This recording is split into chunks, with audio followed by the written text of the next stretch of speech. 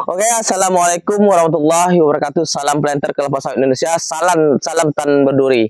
Yang mana pada kesempatan hari ini kita akan menceritakan manfaat dari sebuah gulma dan menceritakan masalah tentang kelapa sawit ini. Mudah-mudahan apa yang Adi Petani sampaikan ini ada bermanfaat dan bisa ilmunya diambil.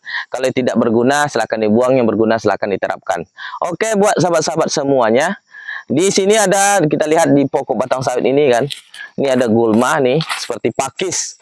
Pakis ini sangat berfungsi terhadap batang kelapa sawit untuk menjaga kelembapan pada batang kelapa sawit tersebut.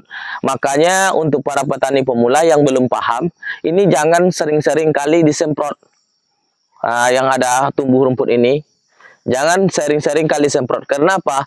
Nanti membuat kelapa sawit kita itu stres. Apalagi pemupukannya tidak cukup sama sekali, makanya akan bertambah parah nanti sawitnya.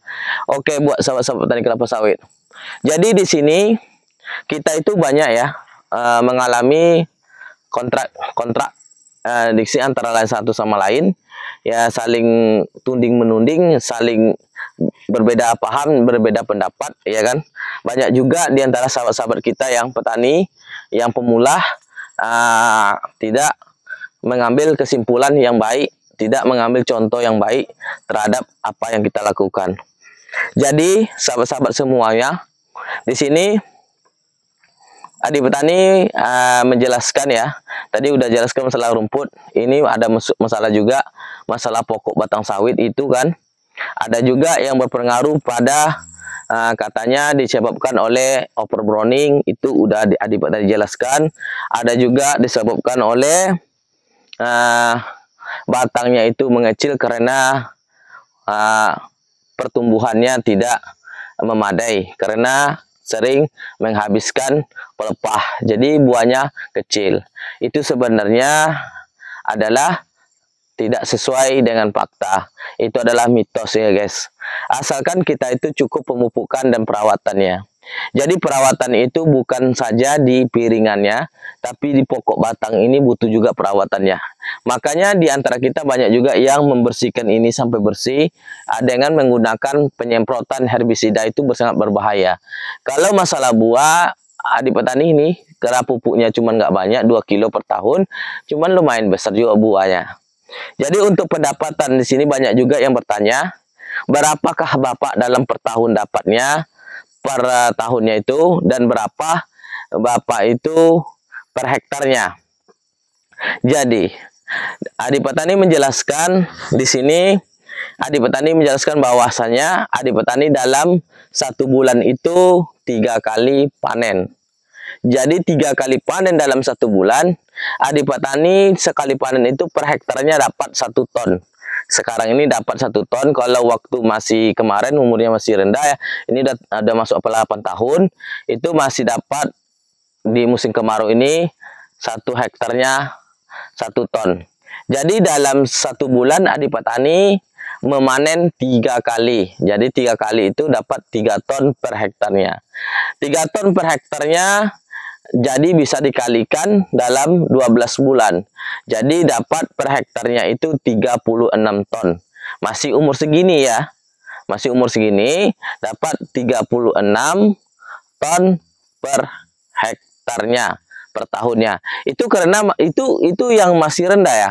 Belum dihitung nanti ketika musim buah banyak, ketika musim buah meledak. Ini ketika musim kemarau ya. Kalau ketika musim buah banyak itu melebihi, malah ada mencapai 45 ton per hektarnya, 40 ton per hektarnya. Kenapa? Ada 1,3, ada 1,4 per hektarnya. Jadi untuk 1 kapling dalam per tahunnya itu bisa ditambahkan. Kita ambil yang maksimal kemarin tadi, yaitu 36 ton per hektar per tahun, ditambah dengan 36 ton per hektar per tahun.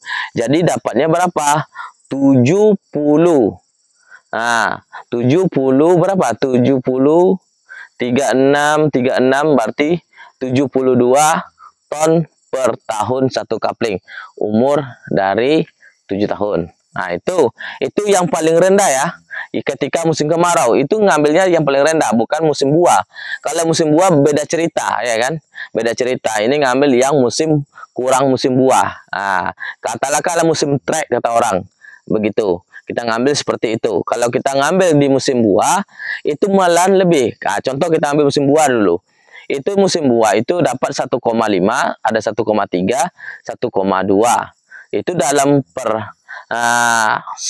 satu bulan panen itu bisa mencapai yaitu 4 ton atau 4,2. Nah, coba 12 ditambah 13 jadi 2 ton 500 ditambah 15. Jadi 4 ton. 4 ton per bulan dikalikan 12 bulan jadi 48 ton per tahun per hektar. Itu ketika kalau kita musim buah. Nah, jadi itulah sahabat-sahabat petani. Mungkin di antara kita banyak nggak percaya. Jadi untuk gulma itu ini dijaga piringannya harus dijaga, sama pelepahnya ini harus dijaga. Jangan sampai ada pelepah yang kering yang tidak berfungsi, itu harus dibuang. Tapi kita ini sebagai petani ya maklum lah kan, banyak kita itu lebih baik berkomen yang negatif daripada mencari ilmu. Ya boleh kita bertanya ya kan. Jadi buat sahabat-sahabat petani kelapa sawit, sebenarnya berkebun kelapa sawit ini tidak sulit ya. Yang sulit itu yang pemalas. Kalau yang pemalas itu yang sulit untuk berkebun kelapa sawit. Sebenarnya untuk berkebun kelapa sawit ini sangatlah enak bagi kita. Karena hasilnya itu dalam sebulan itu bisa mencapai puluhan juta. Ya kan, puluhan juta, bisa mencapai puluhan juta. Begitu kan enaknya. Ini buahnya udah lumayan besar. Ini masih ada besar, masih kecil. Nah, itulah sahabat-sahabat petani kelapa sawit. Mudah-mudahan apa yang Adi Petani sampaikan bermanfaat bagi kita semua ya. Apalagi sekarang ini kata orang masih banyak buah trek ya. Masih dalam musim kemarau, cuman hujannya masih sekali-kali. Mudah-mudahan udah musim hujan kita nanti kan. Kita ini tidak lama lagi ke depannya kita akan memupuk NPK 1616. Oke guys, salam planter kelapa sawit Indonesia, salam sukses.